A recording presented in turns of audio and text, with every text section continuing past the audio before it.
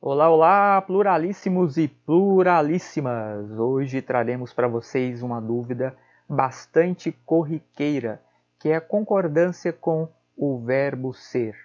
Ora, esse verbo concorda com o predicativo ou concorda com o sujeito? Vejamos alguns exemplos.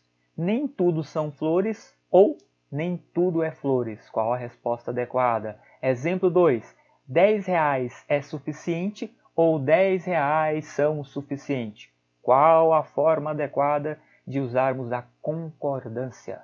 Saibam do seguinte, o verbo ser é um verbo total flex, ou seja, às vezes concorda com o sujeito, às vezes com o predicativo do sujeito.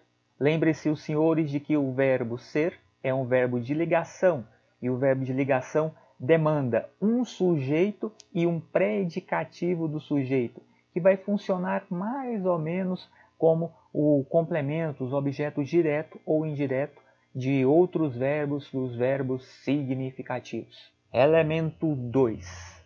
As duas formas quase sempre estão corretas, exceto nos casos seguintes. Lembrem-se de que o verbo ser é um verbo total flex e que suporta, então, várias formas de concordância, exceto nos 3 casos seguintes. Primeiro, com horário. Nesse caso, o verbo ser sempre concordará com o horário. Se o horário for singular, o verbo fica no singular, é 1 hora. Se o horário for plural, o verbo vai para o plural. São, portanto, 10 horas.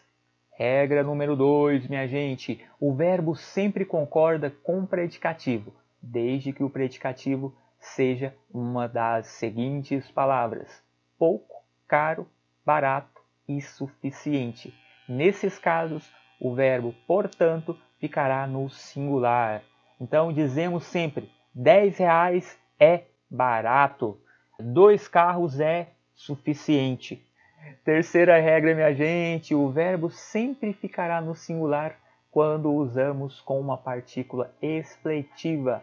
A partícula expletiva é o que serve sempre para dar um realce à oração, para dar uma ênfase à oração. Notemos, eu é que farei, em detrimento de eu dizer eu farei, eu coloco entre o sujeito e o verbo a estrutura expletiva e teremos eu é que farei. Nesse caso, o verbo permanece sempre no singular.